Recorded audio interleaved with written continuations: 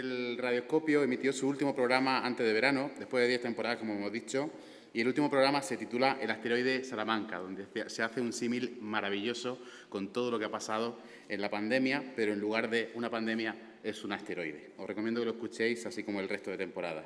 Antes hemos presentado a Susana Escudero y ahora presentamos a Emilio García. De su cabeza han salido miles de historias, no solamente para el Radioscopio, sino también en forma de charlas, de documentales, de películas, de exposiciones, de videojuegos, de campañas de publicidad. Bueno, pues es la primera vez que da una charla en Desgranando Ciencia. ¿Os lo podéis creer? Emilio es astrofísico y desde hace muchos años es uno de los principales responsables de que la divulgación granaína esté en el mapa. La mitad de los proyectos en los que yo estoy haciendo divulgación es por culpa o gracias a Emilio García. Emilio García, el dolor no prescribe.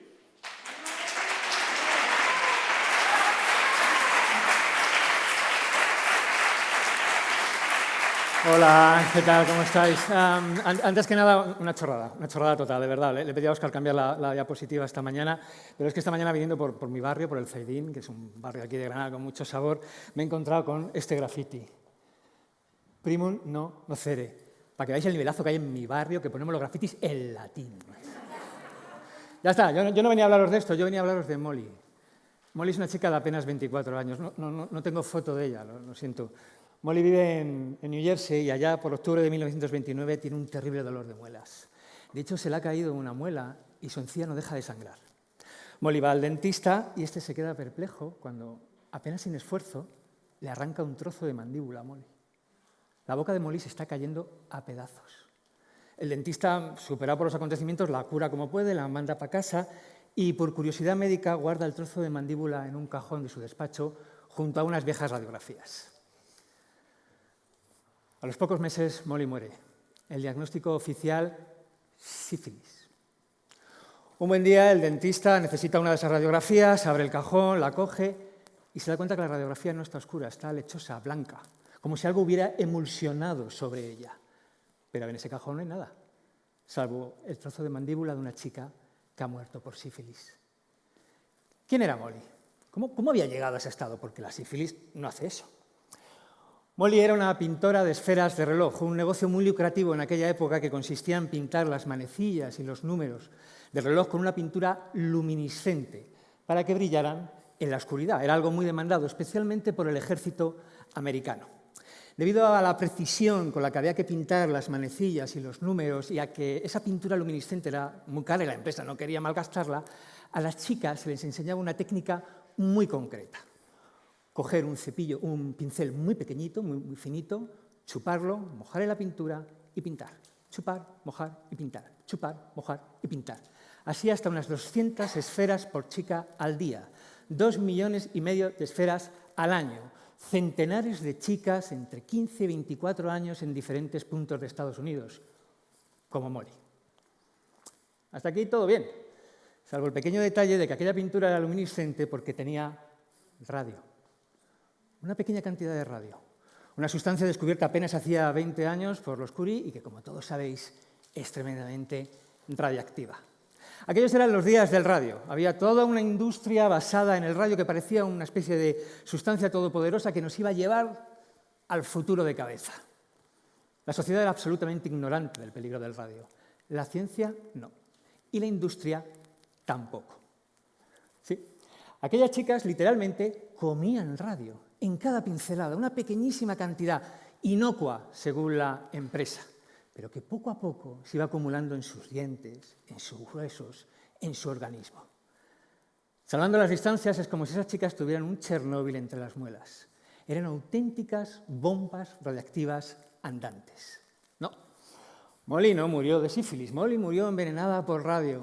Y os voy a ahorrar la parte gore, porque podría llenar la pantalla de mandíbulas destrozadas, huesos amputados, cánceres, tumores. Todas y cada una de ellas, poco a poco, aquellas chicas, en función del radio que hubieran acumulado y de dónde lo hubieran acumulado, iban literalmente desintegrándose. Incluso hoy en día, los huesos de esas chicas siguen emitiendo radiactividad y lo seguirán emitiendo durante miles de años, incluida la mandíbula de Molly. Cuando aquellas chicas entendieron qué diablos les estaba pasando, lograron unirse y demandar a las empresas. Fue una larguísima historia de juicios y tribunales, con un primer veredicto devastador para las chicas. Debido al periodo de latencia del radio y lo que había tardado en manifestarse su enfermedad, el caso, para la justicia, había prescrito. Pero yo no os voy a contar aquí la historia de las chicas del radio, es muy conocida, está en Wikipedia, en películas, en libros, buscarlas, es una historia. No. A mí lo que me flipa de esto es que prácticamente al mismo tiempo, en el otro lado del charco, en los barrios obreros de Londres, otra mujer, una inspectora de trabajo llamada Lucy Dent, estaba luchando denodadamente porque otra sustancia, que no era el radio, no entrara en el mercado laboral. Esta sustancia era un mineral extraordinario que había revolucionado el mundo de la construcción porque era barato, flexible, un fantástico aislante, daba trabajo. Solo tenía un pequeño detallito, que es que cuando se descomponía soltaba unas fibras invisibles que quedaban suspendidas en el ambiente y que si las respiramos y llega a nuestro pulmón pueden provocarnos grandes enfermedades, entre ellos el cáncer. Esta sustancia se llama asbesto, pero todos lo conocéis como amianto. A Lucy no le hicieron ni puñetero caso, y eso que unos pocos años después el asbesto se catalogó como sustancia cancerígena de tipo 1, es decir, la más peligrosa. Esto no impidió a que oligopolios extendieran el amianto y lo instalaran por toda Europa y sobre todo por África durante todo el siglo. Y no es broma, porque la Organización Mundial de la Salud considera que hay millones de posibles afectados ahora y en el futuro. Trabajadores, familiares de trabajadores, gente que simplemente tuvo la mala suerte de vivir cerca de una fábrica de amianto, o gente como probablemente vosotros o yo hemos vivido bajo algún tiempo bajo un techo de Uralita. Porque Uralita era la empresa que aquí fabricaba en España el amianto, y no fue hasta el 2002 que el gobierno prohibió la fabricación de esta sustancia. De hecho, hoy se calcula que hay más de 2,5 millones de amianto instalado en toda España, entre ellos en vertederos incontrolados. No fue hasta 2010 que un fiscal italiano le echó narices y llevó a los magnates del amianto a un juicio. Un juicio que al principio ganó y le hicieron una gran sentencia por magnicidio, pero a los pocos meses el Tribunal Supremo italiano declaró el caso sobreseído porque había prescrito.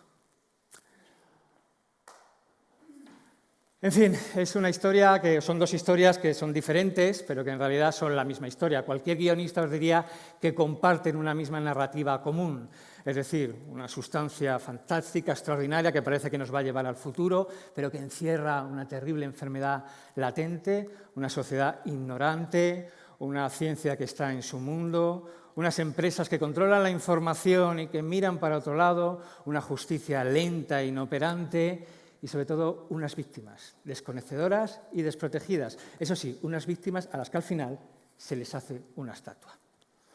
Mucha gente piensa que estos dos casos se hubieran evitado aplicando el llamado principio de precaución.